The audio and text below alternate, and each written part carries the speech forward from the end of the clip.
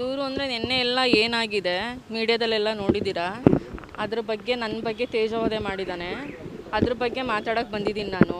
ಅದಕ್ಕೆ ಹಿಂದೆ ಕಾರಣ ಏನು ಅಂತ ಬಿಡೋಕ್ಕೆ ಅನ್ನೋದನ್ನು ಅವನು ಬೇರೆ ಬೇರೆ ಥರ ಮಾತಾಡಿದ್ದಾನೆ. ಅದು ಬೇರೆಯೇ ಕಾರಣ.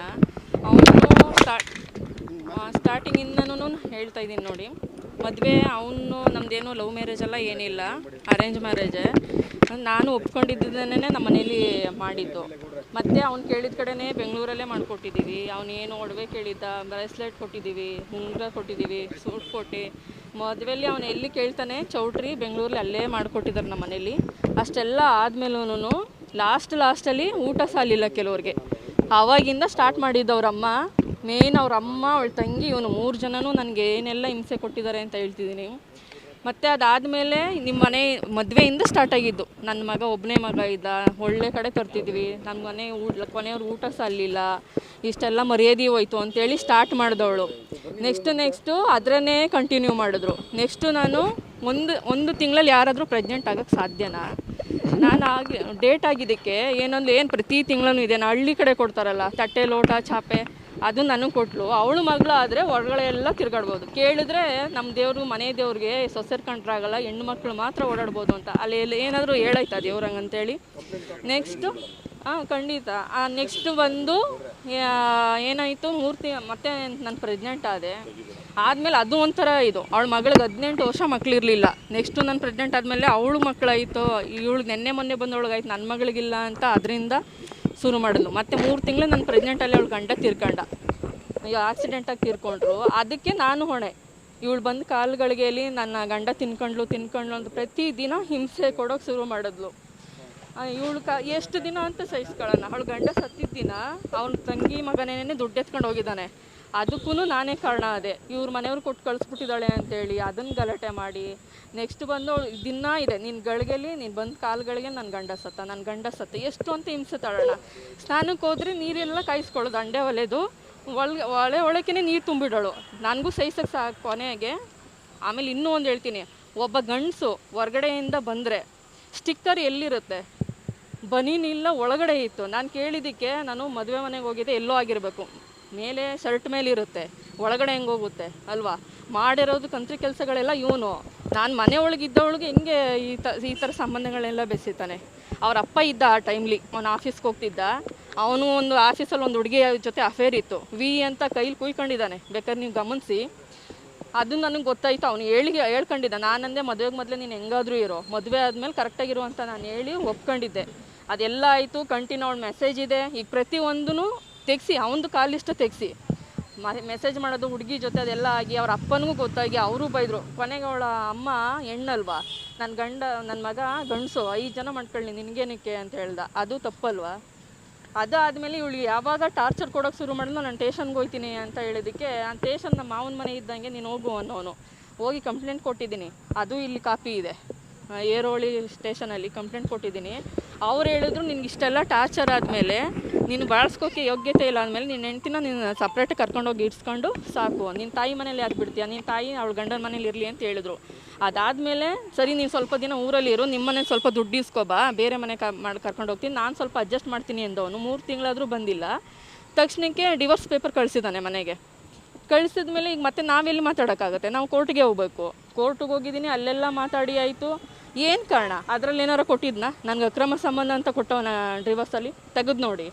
ಅದಾಯಿತು. ಅಲ್ಲಿಂದ ಬಂದ ಮೇಲೆ ಒಂದಷ್ಟು ದಿನ ಮತ್ತೆ ಹೋಗೋದು ಬರೋದು, ಕರ್ಕೊಂಡು ಹೋಗೋದು, ಅಲ್ಲೆಲ್ಲ ಸರಿ ಹೋಯ್ತು, ಮಗುಗೋಸ್ಕರ ಕರ್ಕೊಂಡು ಹೋಗ್ತೀನಿ ಅನ್ನೋದು, ಮತ್ತೆ ಬರೋದು, ಪ್ರತಿದಿನ ಅದೇ ಆಯಿತು. ಕೊನೆಗೆ ಏನು ಮಾಡಿದೆ, ಲಾಸ್ಟಲ್ಲೆಲ್ಲ ಗಲಾಟೆ ಆಗಿ ಅದು ಹೋದ್ಮೇಲೆ ಮನೆಯಿಂದ ಆಚೆಗೆ ನನ್ನ ಒಡವೆಗಳೆಲ್ಲ ತಗೊಂಡ. ಸ್ವಲ್ಪ ದಿನ ಕೋರ್ಟ್ಗೆ ಹೋದ್ವಿ, 1 ವರ್ಷ ಕೋರ್ಟಲ್ಲೇ ಇತ್ತು ಅದು. ಮತ್ತೆ ಬಂದು ಕರ್ಕೊಂಡು ಹೋದ್ಮೇಲೆ ನನ್ನ ಒಡವೆಗಳು ಏನೆಲ್ಲ ಇದೆ ಎಲ್ಲ ತಗೊಂಡ. ಅವ್ನು ಕುಡಿಯೋಕ್ಕೆ ಬೇಕಾದಾಗ ಒಂದೊಂದೇ ಒಡವೆ ತಗೊಳ್ಳೋದು, ಅಡ ಇಟ್ಕೊಳ್ಳೋದು. ಚೀಟಿ ನಾನು ಕೊಡ್ತಿರಲಿಲ್ಲ, ನಿನಗೇನಕ್ಕೆ ನಾನು ಬಿಡಿಸ್ಕೊಡ್ತೀನಿ ಅಂತೇಳಿ. ಕೊನೆಯಲ್ಲಿ ಲಾಸ್ಟಿಗೆ ಕೇಳೋಕ್ಕೆ ಶುರು ಮಾಡಿದಾಗ ಏನಂದ, ನೀನು ಕೊಟ್ಟಿದ್ದಕ್ಕೆ ಏನು ಸಾಕ್ಷಿ ಅಂತೇಳಿ ಹೆಲ್ಮೆಟಲ್ಲೆಲ್ಲ ಹೊಡೆದು ಆ ಮಗು ನಾನು ಎತ್ಕೊಂಡಿದ್ದೀನಿ, 2 ವರ್ಷದ ಮಗು ಅದು. ಆವಾಗ ಹೊಡೆದು ಕಂಪ್ಲೇಂಟ್ ಕೊಡೋಕ್ಕೆ ಅಂತ ಮಗುನೇ ಎತ್ಕೊಂಡು ಹೋಗಿದ್ದೀನಿ, ಅವ್ನು ಬಂದು ನೋಡಿಲ್ಲ. ಅಲ್ಲಿಂದ ಸ್ಟೇಷನಲ್ಲೂ ಮಾತಾಡಿ, ಅವ್ರ ಫ್ರೆಂಡೇ ಲಾಯರ್ ಇದ್ದಾರೆ, ರಾಘವೇಂದ್ರ ಅಂತೇಳಿ, ಆ ಅಪ್ಪನೂ ಇತ್ತು, ಎಲ್ಲ ಮಾತಾಡಿ ಕಳಿಸಿದ್ರು. ಮತ್ತೆ ಊರಿಗೆ ಹೋದೆ, 1 ತಿಂಗಳು ಟೈಮ್ ತಗೊಂಡ ನಾನು ಕೊಡ್ತೀನಿ ಅಂತೇಳಿ. ಆ ಟೈಮು ನಾನು ಬಂದೆ. ಮಗು LKG ಪಾಸಾಗಿ UKGಗೆ ಅಡ್ಮಿಷನ್ ಮಾಡಿದ್ವಿ. ಮಗು ಎಜುಕೇಷನ್ ಹಾಳಾಗುತ್ತಲ್ಲ, ನಮ್ಮದು ಇದಕ್ಕೋಸ್ಕರ ಮಗು ಜೀವನ ಹಾಳಾಗೋದು ಬೇಡ ಅಂತೇಳಿ ಅವ್ನು ಎಷ್ಟು ಹಿಂಸೆ ಕೊಟ್ಟರು ನಾನು ವಾಪಸ್ ಬಂದೆ. ನಾನು ಬಂದ ಮೇಲೆ ಅವ್ನು ಏನು ಮಾಡಬೇಕು, ಮನೆ ಬೀಗ ಹಾಕೊಂಡು ಅವ್ರ ಅಮ್ಮ ಮಗ ಹೊರಟೋದ್ರು. ಆ ಟೇಷನು ಎಲ್ಲ ಮುಗಿಸಿ ಮಧ್ಯಾಹ್ನ ಆಗೋಯ್ತು. ಬಂದಿದ್ದೀನಿ ನಾನು ಬರ್ತೀನಿ, ಮಗುಗೋಸ್ಕರ ಬರ್ತೀನಿ, ಸೇರ್ಸೋಕ್ಕೆ ರೆಡಿ ಇಲ್ಲ ಅವನು. ನೈಟ್ ಹೊರಟೋಗ್ಬಿಟ್ಟ. ಏನು ತಪ್ಪು ಮಾಡಿದ್ದೆ? ಅಕ್ರಮ ಸಂಬಂಧ ಎಲ್ಲಿ ಇತ್ತು? ಈಗ ಅಕ್ರಮ ಸಂಬಂಧ ಅಂತಂದರೆ ನಾನು ಒಬ್ಬನೇ ಅವನನ್ನು ಅಲ್ಲಿ ಮನೆಗೆ ಕರ್ಸ್ಕೋಬೇಕು ಅಥವಾ ನಾನು ಹೊರಗಡೆಗೆ ಹೋಗಬೇಕು. ಏನೂ ಇಲ್ದೇ ನನ್ನ ಮೇಲೆ ಅಪವಾದ ಮಾಡಿ ಕೊನೆಗೆ ಮಧ್ಯರಾತ್ರಿ ಆಚೆ ಬಿಟ್ಬಿಟ್ಟು ಹೊರಟೋಗ್ಬಿಟ್ಟ. ಏನಾದರೂ ಆ ಮಗು ಅವನದಾಗಿರ್ಲಿಲ್ವಾ? ಆ ಮಗು ತಿಂದಿದ್ಯಾ ಉಂಡಿದ್ಯಾ ಏನೂ ಕೇಳಿಲ್ಲ, ಹೊರಟೋಗ್ಬಿಟ್ಟ. ಆ ಏರಿಯಾದಲ್ಲಿ ಒಬ್ಬ ಅಣ್ಣ ಇದ್ದು ಆ ಎದುರುಗಡೆ ಮನೆ ಒಂದು ರೂಮ್ ಮಾಡಿ ಇರಿಸಿ ಅದ್ರ ಬೆಳಗ್ಗೆ ನನ್ನನ್ನು ಕಳಿಸ್ಕೊಟ್ರು. ಮತ್ತೆ ಸ್ಟೇಷನ್ಗೆ ಹೋದ್ವಿ. ಆ ನೈಟಲ್ಲಿ ನಾನು ಮಲಗಿದ್ದೆ ಅಲ್ಲ, ನನ್ನ ಮಗು ಕರ್ಕೊಂಡು ಅಷ್ಟೊತ್ತು ರಾತ್ರಿಯಲ್ಲಿ ಯಾವತ್ತೂ ನನಗನ್ಸಿದ್ದು ನನ್ನ ಮೇಲೆ ನನಗೇನೆ ಇಷ್ಟು ಅಸಹ್ಯದಲ್ಲಿ ಬದುಕಬೇಕಾ ಒಬ್ಬನ ಹತ್ರ? ನಾನು ಓದಿದ್ದೀನಿ, ನನ್ನ ಮಗು ಸಾಕೊಳ್ಳೋಷ್ಟು ಕೆಪಾಸಿಟಿ ಇಲ್ವಾ ಅಂತೇಳಿ ಅಲ್ಲಿಂದ ಇಲ್ಲಿ ನನ್ನ ತಾಯಿ ಮನೆಗೆ ಬಂದೆ. ಇವಾಗ ಎಷ್ಟು 14 ವರ್ಷ ಆಗಿದೆ. ಅವನು ನನ್ನ ಗ್ಯಾಪು 10 ವರ್ಷ ಆಗಿದೆ. ಅಲ್ಲಿಂದ ಅವನು ಬಂದಿಲ್ಲ. ಎಲ್ಲಿ ನಾವು ಇದ್ದೀವ, ಸತ್ತಿದ್ದೀವ, ಬದುಕಿದ್ದೀವ, ಮಗುದೇ ಆಗಲಿ ಎಲ್ಲೂ ಬಂದಿಲ್ಲ ಅವನು. ಈಗ 1 ವರ್ಷದಿಂದ ಮಗು ಬೇಕು ಅಂತ ಕೋರ್ಟ್ಗೆ ಹಾಕಿದ್ಮೇಲೆ ಅಲ್ಲಿನೂ ಬಂದ. ಕೋರ್ಟಲ್ಲಿ ಕೇಳ್ತಾರಲ್ವ, ಮಗುದು ಏನಪ್ಪ ತೊಗೊಂಡಿದ್ಯಾ ನೀನು ಅಂತೇಳಿದಕ್ಕೆ ಏನು ಅವ್ನ ಖರ್ಚು ವೆಚ್ಚ ನಂದು ಏನಿಲ್ಲ ಮೇಡಮ್ ಅಂದ. ಸರಿ ಈಗ ತಗೋ ನೀನು, ಆ ಮಗುದು ಏನು ಮೇಂಟೈನ್ ಇದೆ ಎಲ್ಲ ತಗೋ, ಫೀಸ್ ಆಗಲಿ ಏನಾಗಲಿ, ನೆಕ್ಸ್ಟು ತಿಂಗಳು ನೋಡೋಕೆ ನಾವು ಬಿಡ್ತೀವಿ ಅಂತ ಅಂದರು. ನೆಕ್ಸ್ಟು ಮತ್ತೆ ಪತ್ತೆ ಇಲ್ಲ. ಮಗುದೇನು ದುಡ್ಡು ಕೊಡಬೇಕು ಅಂತ ಅಂದರು. ಇವನು ಕಟ್ಟಿ ಸಾಕೋಕ್ಕೆ ಯೋಗ್ಯತೆ ಇಲ್ಲ. ಆವಾಗ ಕಾಣೆ ಆಗಿಬಿಡೋದು, ಮತ್ತೆ ಮಧ್ಯದಲ್ಲಿ ಬರೋದು. ಅದೂ ವಜಾ ಆಯಿತು ಮಗುದೂ. ಹೆಂಗೆ ಮಗುನ ನಾನು ಕೊಡೋಲ್ಲ ಅಂತ ಹೇಳ್ತಿದ್ದೀನಿ. ಈಗ ಮಗುನ ಬೇಕು ಅನ್ನೋನು ಈತ ಗಂಡ ಹೆಂಡತಿ ಸಮಸ್ಯೆ ಬಂದರೆ ಮಗು ಯಾರಾದರೂ ಬಿಡ್ತಾರ? ಒಂದಿನ ಮಗು ಬಂದು ನೋಡಿಲ್ಲ ಅವನು. ಈಗ 2 ವರ್ಷದ ಮಗು ನಾನು ಎತ್ಕೊಬಂದಾಗ, ಈಗ 13 ವರ್ಷ ನಾನು ಸಾಕಿದ್ದೀನಿ. ಒಂದು ಮಗು ಸಾಕೋಕ್ಕೆ ಎಷ್ಟು ಕಷ್ಟ ಅಲ್ಲ? ಅಕ್ರಮ ಏನು ಸಂಬಂಧ? ಒಂದು ಸ್ಟೇಷನ್ಗೆ ಹೋಯ್ತೀನಾ, ಯಾರನ್ನೋ ಇಟ್ಕೊಂಡಿದ್ಯಾವು, ಅದಕ್ಕೆ ಅವ್ನು ನಿನ್ನ ಪರ ಮಾತಾಡ್ದ ಅಂತ ಹೇಳೋದು ಆಯಿತಾ? ಈಗ ಇಷ್ಟೆಲ್ಲ ಮುಗಿದು ಇಲ್ಲಿ ತನಕ ಬಂದಿದೆ. ಪ್ರತಿಯೊಂದು 6 ತಿಂಗಳ ಹಿಂದೆ ಕಾಲ್ ಡೀಟೇಲ್ಸ್ ಅಂದ್ರಲ್ವಾ, ಹೆಂಗೆ ತೊಗೊತಾರೆ? ಅಫೆನ್ಸ್ ಅಲ್ವಾ ಅದು? ಒಂದು ಕಾಲ್ ಡೀಟೇಲ್ಸು ಹೆಂಗೆ ಬಂತು ಅವನಿಗೆ? ತಗೊಂಡೆ ಅಂತ ಹೇಳ್ತಾನಲ್ಲ, ಅದನ್ನು ನನಗೆ ಬೇಕು.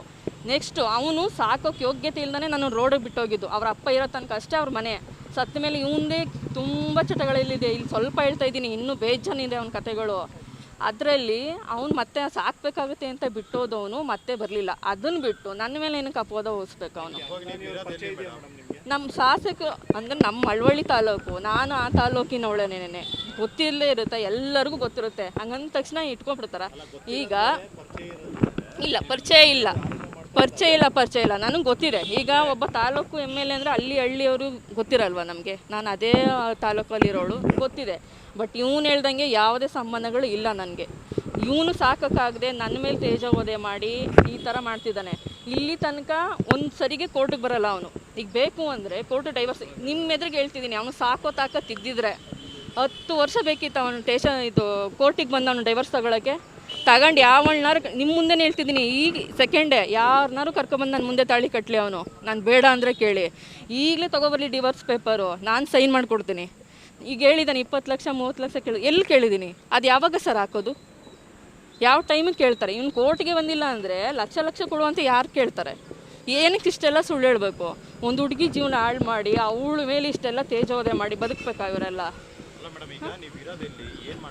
ಊರಲ್ಲಿದ್ದೀನಿ. ಈಗ ನಾನು ಅಲ್ಲಿಂದ ಬಂದೆ, ನಾನು ಹೇಳಿದೆ ಅಲ್ಲ, ಅಲ್ಲಿ ಅವ್ನು ಯಾವಾಗ ನನ್ನನ್ನು ರೋಡಲ್ಲಿ ಮಲಗಿಸಿ ಕಳಿಸ್ತಾ ಅವಾಗ ನಾನು ಊರಿಂದ ಬಂದಿದ್ದು. ನಾನು ಡಿಗ್ರಿ ಮಾಡಿಕೊಂಡೆ, MA ಮಾಡಿಕೊಂಡೆ. ಈಗ ನಾನು ವರ್ಕ್ ಫ್ರಮ್ ಹೋಮ್ ಮಾಡ್ಕೊತೀನಿ. ನನ್ನ ಜೀವನ ನಾನು ನಡೆಸ್ತಿದ್ದೀನಿ. ನನ್ನ ತಂದೆ ತಾಯಿ ಇದ್ದಾರೆ, ನಮ್ಮ ಅಕ್ಕ ತಂಗಿರಿದ್ದಾರೆ, ನೋಡ್ಕೊತಾರೆ ಎಲ್ಲರೂ. ನನ್ನ ಅಷ್ಟು ಏನೂ ಇದಿಲ್ಲ, ನನ್ನ ಸಾಕುವಷ್ಟು ಇಲ್ಲ. ಒಂದು ಡಬಲ್ ಡಿಗ್ರಿ ಮಾಡಿದ್ದೀನಿ ಅಂದರೆ ಹೊರಗಡೆ ಹೋದ್ರೆ ಕೆಲಸ ಸಿಗಲ್ವಾ? ವರ್ಕ್ ಫ್ರಮ್ ಹೋಮ್ ಮಾಡ್ಕೊಂಡಿದ್ದೀನಿ. ನಾನು ಮಗು ಸಾಕ್ತಾ ಇದ್ದೀನಿ, ಅದೇ ಹೇಳಿದೆ ಅಲ್ಲ, ಇಲ್ಲಿ ವರ್ಕ್ ಫ್ರಮ್ ಹೋಮ್ ಮಾಡ್ತಿದ್ದೀನಿ. ನನ್ನ ಮಗು ಸಾಕೊಂಡು ನನ್ನ ಪಡೆಗೆ ನಾನು ಹೋಗ್ತಾ ಇದ್ದೀನಿ. ನಿರ್ಭೀತ, ನಿಷ್ಪಕ್ಷಪಾತ, ವಿಶ್ವಾಸಾರ್ಹ ಸುದ್ದಿಗಳಿಗೆ ಮತ್ತೊಂದು ಹೆಸರಾಗಿರೋ ನ್ಯೂಸ್ 18 ಕನ್ನಡ ಈಗ ಆಪ್ನಲ್ಲೂ ಲಭ್ಯ ಇದೆ. ದಯವಿಟ್ಟು ಇಲ್ಲಿರೋ QR ಕೋಡ್ ಅನ್ನ ಸ್ಕ್ಯಾನ್ ಮಾಡಿಕೊಂಡು ಆಪ್ ಡೌನ್ಲೋಡ್ ಮಾಡೋದಕ್ಕೆ ಮರಿಬೇಡಿ. ನಿಮ್ಮ ಬೆಂಬಲ ಹೀಗೆ ಸದಾ ನಮ್ಮೊಂದಿಗಿರಲಿ. ಧನ್ಯವಾದ.